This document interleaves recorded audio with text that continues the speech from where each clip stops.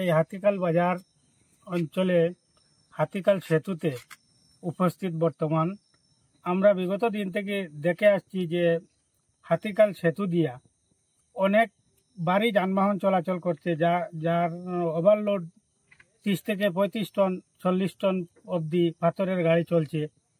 এই ভারতমালা স্কিমের যতগুলা কনস্ট্রাকশনের যতগুলা সেন্ট্রি বা মেটেল যাচ্ছে এই রাস্তা দিয়ে যাচ্ছে, কিন্তু এই রাস্তার এই যে ব্রিজ অন্ততপক্ষে আজকে 20 বছর মান হয়ে গেছে বয়স, ব্রিজের অবস্থা তেমন ভালো নয়। এমন ওভারলোড চললে ব্রিজের ক্ষতি আশঙ্কা বেশি আশঙ্কা আছে যে ক্ষতি হয়ে যাবে বলে। তো অনেক দুই এক জায়গায় আমরা দেখেছি ক্যারেক এসে গেছে। তাই আমরা এই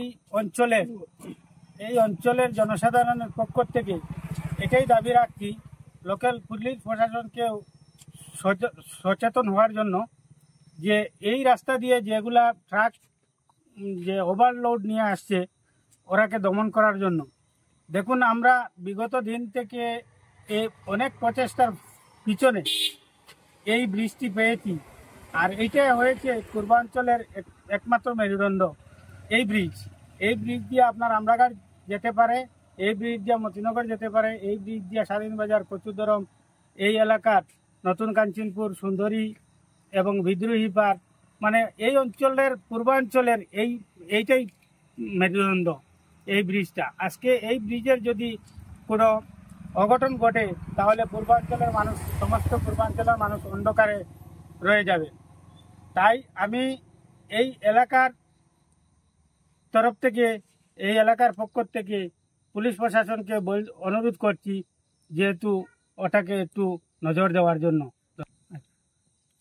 তৎসঙ্গে আমি কাছাড়ের পুলিশ প্রশাসনকে অনুরোধ রাখছি এবং আমাদের এসডিসি মহোদয়কে অনুরোধ রাখছি এবং ডিসি মহোদয়কে অনুরোধ রাখছি যেহেতু এই ওভারলোড গাড়িগুলা এই ব্রিজের উপর দিয়ে না যায়। আমরা হাতিকাল সেতুর উপরে আমরা অনেক মানুষ এখানে আছি হাতিকাল বাজার থেকে, কারণ এই সেতুটি হচ্ছে পূর্বাঞ্চলের একমাত্র মেরুদণ্ড। এই সেতু দিয়ে ভারতমালার কাজের যে ওভারলোড গাড়ি যাচ্ছে, আমরা দেখছি 40 টন 45 টন বোঝাই গাড়ি যাচ্ছে।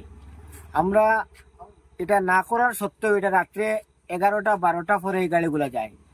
এখন দেখা যায় এই গাড়িগুলো বিগত দিনে আমরা একবার বন্ধ করছি, একটা কালপাট ড্যামেজ হয়েছে, ওখানে আরো 2-3টা রাস্তা ড্যামেজ হয়েছে, আমরা বন্ধ করছি।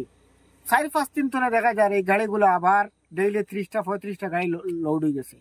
লোড হইয়া গাড়িটা যার মানে ওভারলোড হইয়া, যে গাড়িটা লোড হইলো 40 টন 45 টন এরকম লোড হইয়া যায়, আমরা না করা সত্ত্বেও যায়। বিগত দিনে আমরা দেখছি খলিছড়া যেটা ব্রিজ বাগার, হারেঙ্গা সেতু, এইগুলা ব্রিজ, আরো 2-1টা ব্রিজ আছে, এইগুলা ব্রিজ একদম কন্টেম হয়ে গেছে এই ওভারলোড যাওয়ার কারণে।